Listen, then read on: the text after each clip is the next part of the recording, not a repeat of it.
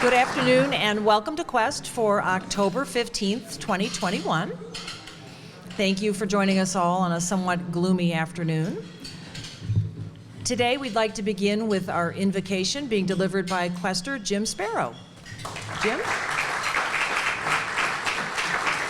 Good afternoon. So as I was thinking about the invocation for today, I took a moment and thought about the last 5, 6, 7 years and what we've gone through, both from a political tension, social tension, the pandemic, a lot of stress, and I decided for the invocation I would go back to an oldie but a goodie, one that really speaks, I think, to a lot of what we need to be thinking about today. It's the prayer of St. Francis of Assisi. Lord, make me an instrument of your peace. Where there is hatred, let me sow love. Where there is injury, let me sow pardon. Where there is friction, let me sow union. Where there is error, let me sow truth. Where there is doubt, let me sow faith. Where there is despair, let me sow hope. Where there is darkness, let me sow light. Where there is sadness, let me sow joy. O Divine Master, grant that I may not so much seek, but to be consoled as to console, to be understood as to understand, to be loved as to love. For it is in giving that we receive, and it is in pardoning that we are pardoned. Amen. Today, Quester Chad Tranter is presenting his paper, How to Know If Your Lover is a Spy, Spies and Double Agents Throughout History. A tantalizing title. Chad has been a commercial banker in Fort Wayne for over 28 years, and he is the Senior Regional Credit Officer for Wells Fargo Bank. Chad has been married for 27 years. His wife, Angie, is an elementary school teacher. They have 3 children. Their 2 sons, Corey and Carson, both attend Hanover College. Their daughter, Adrian, is a senior at Homestead High School. Chad graduated from Miami University in Ohio in 1993 with a business administration degree in finance. Chad completed Leadership Fort Wayne in 2013 and currently serves on the Finance Committee of Aaron's House. Chad is the past president of the executive board for our local Anthony Wayne Area Boy Scout Council. Chad has been a member of Quest since 2012 and is the past president of Quest Club. And today is Chad's 3rd paper. Please welcome Chad.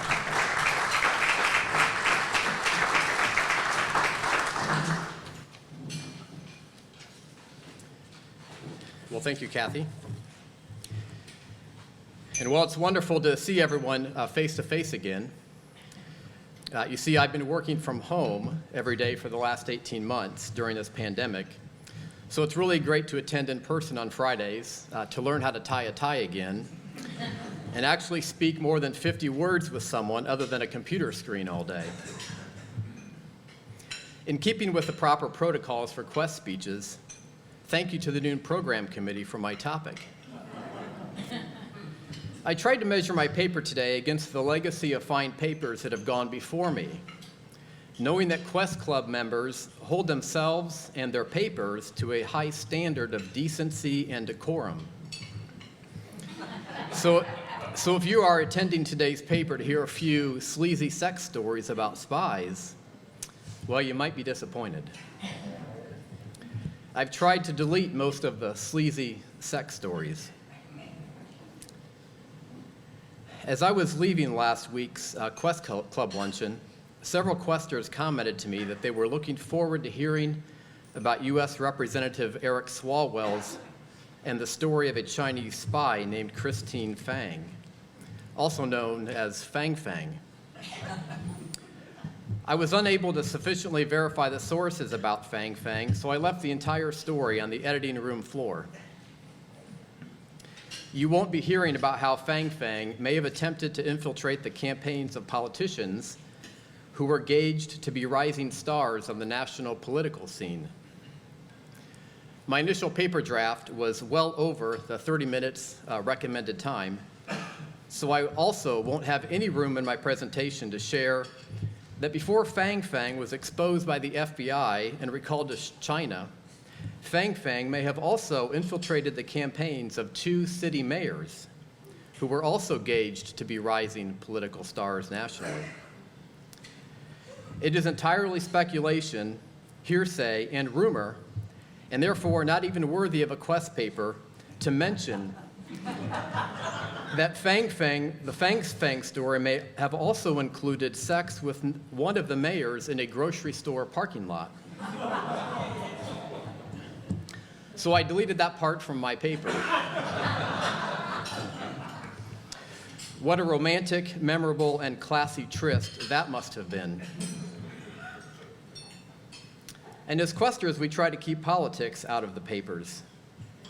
So I deleted the part about the Fang Fang story coming to light during the 2020 presidential campaign, when right-wing news sources may have reignited the story just to add a little emotion to the divisive 2020 election season. But just as curious is how much of the Fang Fang story may have been buried under the label classified.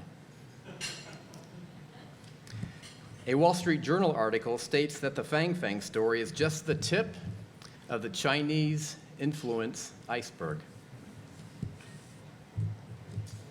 So how do you know if your lover is a spy? Agents and double agents in history.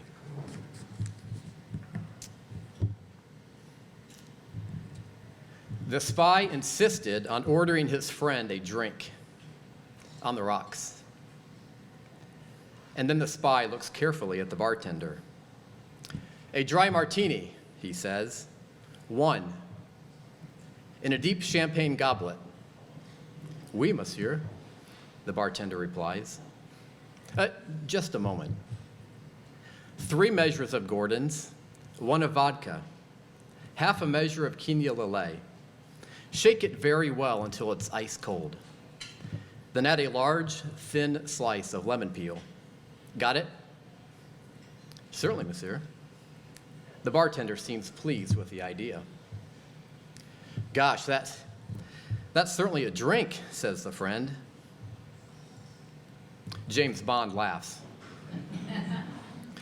When I'm concentrating, he says, I never have more than 1 drink before dinner.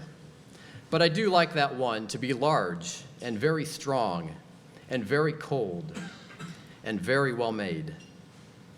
I hate small portions of anything, particularly when they taste bad. This drink is my own invention. I'm going to patent the drink when I can think of a good name. Spying is not a glamorous profession. In the great pecking order of worldly professions and academic pursuits, at the end of the day, being a spy has historically been a low-level job.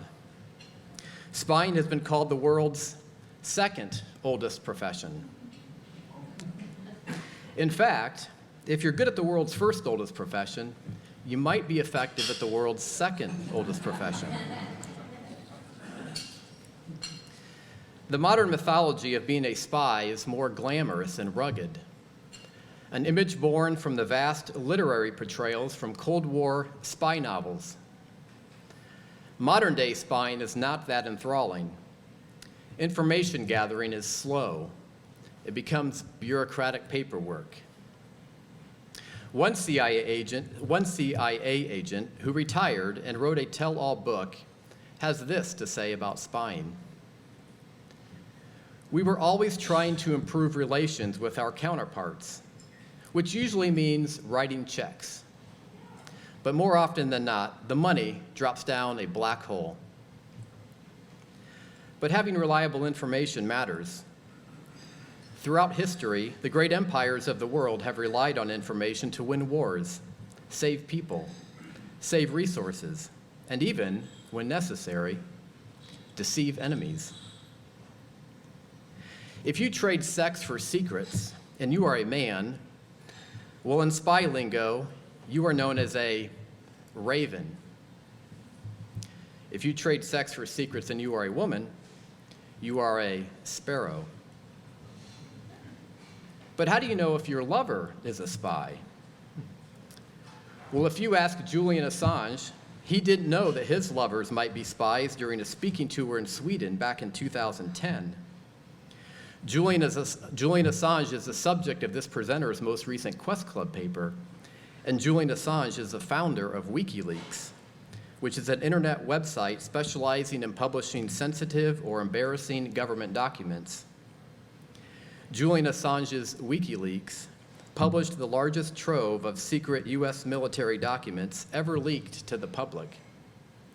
Once the documents were published by WikiLeaks, Julian Assange enjoyed worldwide rock star status, but he found himself in the crosshairs of the U.S. government. While on that speaking tour in 2010 in Sweden, Julian Assange had affairs with 2 different women in the same weekend. After the incident, Julian was arrested on allegations of rape and non-consensual behavior. Julian Assange sought refuge for 7 years within the Ecuadorian embassy in London, but he is now in London's high-security Belmarsh prison since he was arrested in 2019 for skipping bail 7 years earlier. The original charges against him have been dropped, and Julian claims that he is the victim of a CIA honey trap. The U.S., even to this day, may want Julian Assange extradited to the United States for allegations of espionage. So, if you enjoy worldwide rock star status on speaking tours after releasing classified U.S. military documents, chances are that your lovers aren't really in love with you. They just might be spies. If your lover is a Hindu dancer, well, then your lover just might be a spy. The name Margaretha MacLeod from Holland may not be familiar to you. She is better known as perhaps the greatest woman spy of the century, Mata Hari. She has become such a legend that even her very name, Mata Hari, has become synonymous with the word spy itself. Mata Hari was the rage in the era leading up to World War I as the foremost Hindu dancer of Paris. She graced stages across Europe, from Berlin to Monte Carlo. Critics say that her risque dance performances were nothing more than raunchy, promiscuous skin shows, attended only to get cheap thrills. Mata Hari seemed to hold men entranced. It has been stated that there seems to be some peculiarity about Mata Hari, some malevolent influence which caused men, who may usually be precise and reliable, to be careless and inaccurate. Sexuality had become a weapon of war. At one point during World War I, it is reported that Mata Hari agreed to spy for the French as a condition for crossing enemy lines into Germany to meet her lover, who was a Russian captain. But later, she was accused of serving as a double agent. But it's not really clear that Mata Hari actually spied. She did admit at one point to passing information for money, but the information was of such low-level gossip that it had no military or political value whatsoever. Even the French prosecutor in the 1917 espionage case against Mata Hari later admitted that there was not enough evidence against her to, quote, whip a cat. But after all, the French needed a scapegoat for their desperate and perilous situation along the Western Front in Europe, and charging Mata Hari with espionage would serve the cultural purpose. So Mata Hari was arrested in 1917, larger than life, and she was defiant up to the end. Even at her execution by French firing squad in October of 1917, she refused to be tied, she refused a blindfold, and she stared down the head executioner. She lifted her hands and blew the soldiers a kiss until the spray of bullets rendered her lifeless into a heap of petticoats. If your lover is on the $100 bill, well, then your lover might be a spy. Benjamin Franklin is one of our nation's heroes and early patriots, and his womanizing ways throughout his life are widely reported. In fact, Following Franklin's death in 1790, a statue of Benjamin Franklin was placed near the State House in Philadelphia.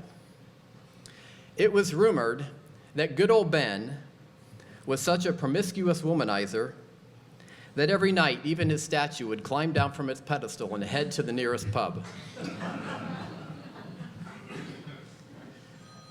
But Benjamin Franklin may have been a double-crossing agent and British spy throughout. While American envoy to Paris, he turns out to have had a code number, number 72, as a paid-up agent of the British Secret Service in London. Franklin dealt openly with the British Secret Service's head of station in Paris, and he allowed suspected spies to read his correspondence. Franklin's double-crossing behavior is not unusual, however, as during revolutionary times, many colonials considered themselves to be British citizens and often played both sides of the aisle to ensure they were on the winning side regardless. If your lover can't hold their liquor, well, then your lover just might be a spy. Nathan Hale was our nation's first spy. We don't know if he had a lover, but he couldn't hold his liquor. A statue of Nathan Hale adorns the headquarters of the Central Intelligence Agency in Langley, Virginia to this day. But the American mythology of Nathan Hale is just that. His fate didn't end well. Nathan Hale is credited with proclaiming that, quote, "I only regret that I have but one life to lose for my country." But that colloquial seems to be ascribed to Nathan Hale many years later by one of his former Yale classmates, writing in the 1820s or the 1830s, as many survivors by that time were attempting to memorialize their fond memories of America's Revolution 50 years prior. But Nathan Hale survived only a few days behind enemy lines in New York. Nathan Hale was too educated, his speech and manner too polished. He didn't know the geography of Long Island or Manhattan. He was much too clean for the sleazy and sinister skullduggery of spying. He couldn't hold his tongue after a few drinks loosened his sentiments when confronted by a British ranger at a roadside tavern. His cover story as a traveling schoolmaster proved unconvincing. And less than a week after entering General Washington's service as a spy, Nathan Hale was unceremoniously hanged in Manhattan at the modern-day intersection of 66th Street and 3rd Avenue on September 22nd, 1776. He was 21. His body was left hanging from the tree for a few days as a reminder to citizens. You spy, you die.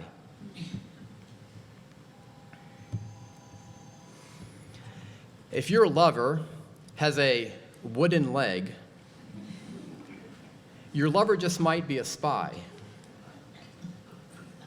Virginia Hall, she had a wooden leg. Virginia Hall was a spy for the British and U.S. forces in occupied France during World War II. Virginia Hall has been called the most successful Allied female secret agent of the European conflict and one of the chief pioneers in the field of clandestine warfare. Virginia Hall was born in 1906 into a wealthy family in Baltimore, Maryland. But she was independent, and she preferred tomboy trousers and checked shirts and the outdoors. She hunted with a rifle, skinned rabbits, and rode horses bareback.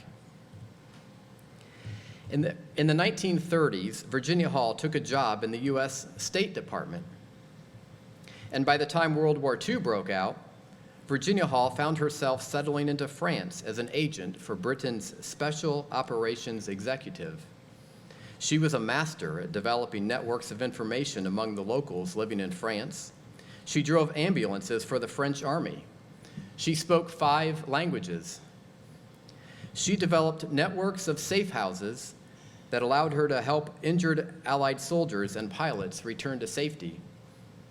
She used her radio skills to transmit almost daily radio reports back to London, including intelligence on the German military strongholds. Virginia Hall operated in the shadows. One of the most trusted relationships that Virginia Hall maintained while serving as a spy in France was that of Germaine Guerin. Germaine Guerin was an owner of a successful brothel down a dowdy back street in Lyon, on a site now occupied by the modern offices of the French National Treasury. Guerin passed along information that her female employees learned from what they referred to as horizontal collaboration with the German officers. Virginia Hall was such a proficient spy that the Germans placed her at the top of their most wanted list. The German Gestapo was obsessed with Virginia Hall. And only recently have her contributions to the war effort been more fully recognized. Virginia Hall did not seek to break through biases in her role as a woman spy, but it has been stated that she prospered behind enemy lines in an era when women barely featured in the prism of heroism, when their part in combat had been confined to the supportive and the palliative. She was the spy with the wooden leg. She has been called the Madonna of the mountains. The Germans called her the limping lady. While on a hunting trip in Turkey in 1933, long before World War II, and at the age of 27, Virginia Hall forgot to set the safety on her gun, and she accidentally discharged her treasured 12-gauge shotgun into her left foot. The injury eventually healed, but it became infected. And on Christmas Day, 1933, her left leg was amputated below the knee to save her life from the putrid gangrene that had settled in. And pain would become her unceasing companion for the rest of her days. Her lover was Paul Goillot from Paris, whom she met in France during World War II. Paul followed Virginia back to the United States after World War II, where she finished out a career with the CIA. They eventually married. Their sunset years were spent in Virginia's home state of Maryland, both of them living their remaining time dealing daily with pain sustained from injuries in World War II. Virginia, finally giving up her prosthetic leg and spending her last few years hobbling around her house in crutches, died in 1982 at age 77. If you discover your lover huddled over a dimly lit desk, counting $100 bills and stuffing the bills into envelopes, well, your lover just might be a spy. Such is the case for Bonnie Hansen, the wife of Robert Hansen. When she walked down to the basement early one morning, about 30 years ago, and confronted her husband, who was writing a letter to the Soviets and counting bundles of cash, Robert lied and told Bonnie that he was actually working on a double agent assignment with the FBI to trick the Russians. As it turns out, not only was Robert Hansen legitimately an agent with the FBI, but he was also double-crossing his country by selling secrets to the Soviet Union during the height of the Cold War. Robert Hansen's traitorous ways turned out to be the largest security breach ever suffered by the FBI. He played out his double agent spy game for over 22 years while working at the FBI. He passed to the Soviet Union troves of highly classified documents, including the names of dozens of Soviet double agents, nuclear deployment plans, and fixed satellite positions maintained by the United States. At one point, Robert downloaded the hard drives from FBI computers onto 26 floppy disks and turned the information over to the Russians. Robert Hansen's double agency paid well. All on his nominal FBI salary, he put his 6 children through expensive Catholic schools. One cash payment alone was $100,000 in non-sequential U.S. bills. Which brings us to another point. If you are a stripper in a seedy Washington, D.C. strip club, and a man offers to pay for you to get braces, Your lover just might be a spy. Robert Hansen denies that his relationship with the stripper was sexual, but it's interesting to note that he paid $80,000 over a 2-year period to maintain this curious relationship in the 1990s with the stripper, where he paid for her to have her teeth straightened, bought a Mercedes for her, and paid off the monthly balance on an American Express card he opened in her name. One of Robert Hansen's top treacheries was revealing the identity of Top Hat, which was a code name for one of the United States' top Soviet informants for over 20 years. Top Hat turned out to be Soviet General Dmitry Polyakov, who was arrested and executed in 1988, along with several other Soviet agents who were executed by the Soviets, thanks to Robert Hansen's betrayal. Robert Hansen was finally arrested by the FBI in 2001, and when FBI agents placed him in handcuffs, he was, quote, arrogant up to the last. Robert turned to his agents and said, "What took you so long?" Robert Hansen is 77 years old. He is serving a life sentence at the ADX Florence Federal Supermax Prison in Florence, Colorado, where he is in solitary confinement for 23 hours per day. His wife, Bonnie, who discovered him stuffing cash into envelopes in their basement all those years ago, remains dedicated and prays for his soul every day. If your lover wears Italian leather loafers and drives a Jaguar, well, your lover just might be a spy.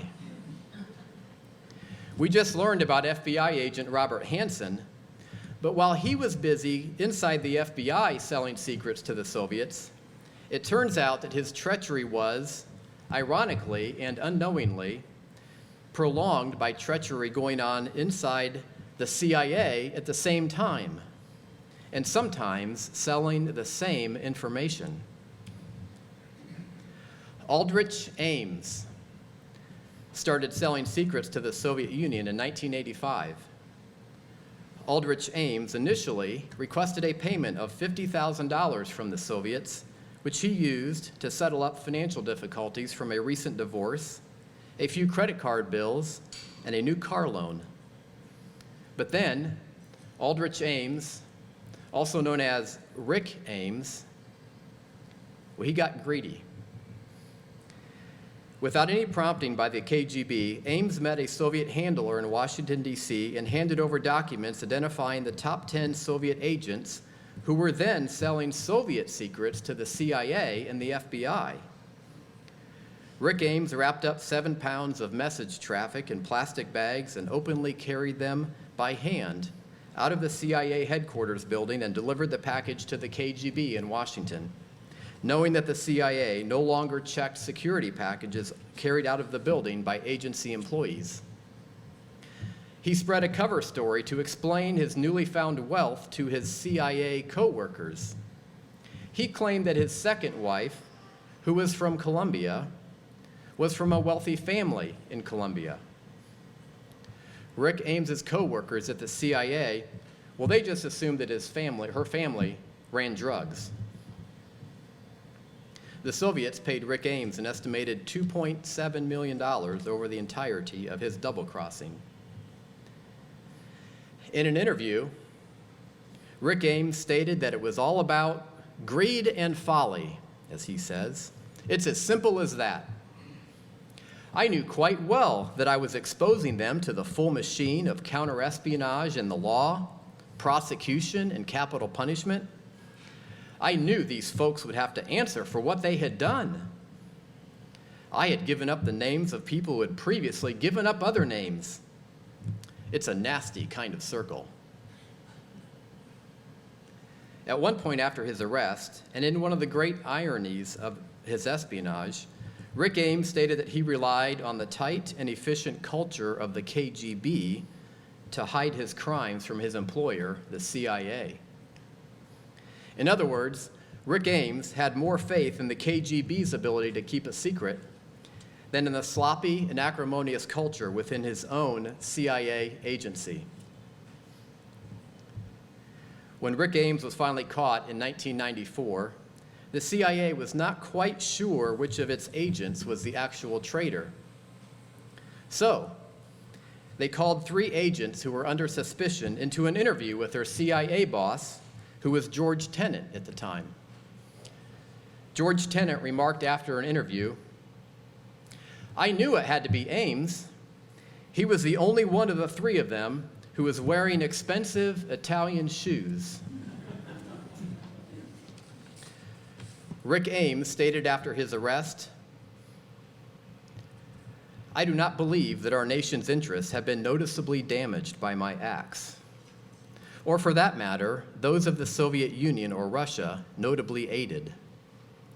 The espionage business is a self-serving sham," as he calls it, "carried out by careerist bureaucrats who managed to deceive several generations of American policymakers about the value of their work. With only the most minor exceptions," he says, "we were consistently superior to the Soviets militarily, and most of the information that the CIA learned was only about the KGB. Very little of anything had to do with the Soviets' foreign policy or political developments within the Kremlin." In spite of his condemnation of the CIA's culture, betrayed only by his own seething cynicism, Aldrich Ames, or Rick Ames, who originally hails from River Falls, Wisconsin, is now 80 years old. He sits to this day serving a life sentence in the Federal Correctional Institute in Terre Haute, Indiana. I doubt that he is still wearing those fancy Italian leather loafers that helped him give him away all those years ago. If you walk into your kitchen and you find your lover making peanut butter sandwiches, your lover might be a spy. Just last Saturday, October 9th, 2021, Jonathan Toebi and his wife, Diana, were arrested by the FBI on charges of espionage. Jonathan Toebi, 42 years old, was a former officer in the Navy and was selling secrets to what he thought was an unnamed foreign government. Payments to Jonathan were made by cryptocurrency, including a $10,000 good faith payment to Jonathan in June of 2021. The military secrets included restricted information consisting of the design of nuclear-powered warships and submarines. The exchange of the military secrets consisted of using dead drops, where Jonathan would place the items in an envelope and leave the envelope hidden in a predetermined drop site while his wife Diana would act as a lookout. As it turns out, the unnamed foreign government with which Jonathan thought he was dealing turned out to be the FBI all along. According to this story on NPR.org, the curious thing about this case is that for the dead drops, Jonathan was placing the 16 gigabyte data cards that contained the military secrets inside a plastic bag, inside of a peanut butter sandwich. So be careful of lovers making peanut butter sandwiches. They just might be spies. Ian Fleming's 1953 book titled Casino Royale, his first in the successful series of spy books, chronicles the 007 hero, James Bond. The storyline in the book later plays out on the big screen with Daniel Craig as James Bond in the movie, also titled Casino Royale. In the book and in the movie, James Bond falls in love with Vesper Lynd, who is a British agent with Her Majesty's Treasury Department and who is asked to shadow James Bond during his high-stakes poker game inside the Casino Royale. Vesper falls in love with Bond, but she is plagued with guilt. In the book, she eventually commits suicide over her love for James Bond when it turns out that she is actually a double agent working for the Russians. It is Vesper throughout the book who continues to reveal James Bond's cover as a spy and places him in harm's way, where Bond narrowly and miraculously escapes death 3 times. Later in the book, James Bond is struck by an idea after Vesper shares the story behind her name. She was born on a very stormy evening, so her parents named her Vesper, which is Latin for evening. "Well, I think it's a fine name," says Bond. "Can I borrow it?" He explains about his special martini that he had invented and his search for a fitting name. The Vesper Martini. It sounds perfect, and it's very appropriate to the violet hour when my cocktail will now be drunk all over the world. "Can I have it?" Bond asks. "So long as I can try one first," Vesper promises. "It sounds a drink to be proud of." So, if you fall madly in love with someone who names their favorite drink after you, well, then your lover just might be a spy.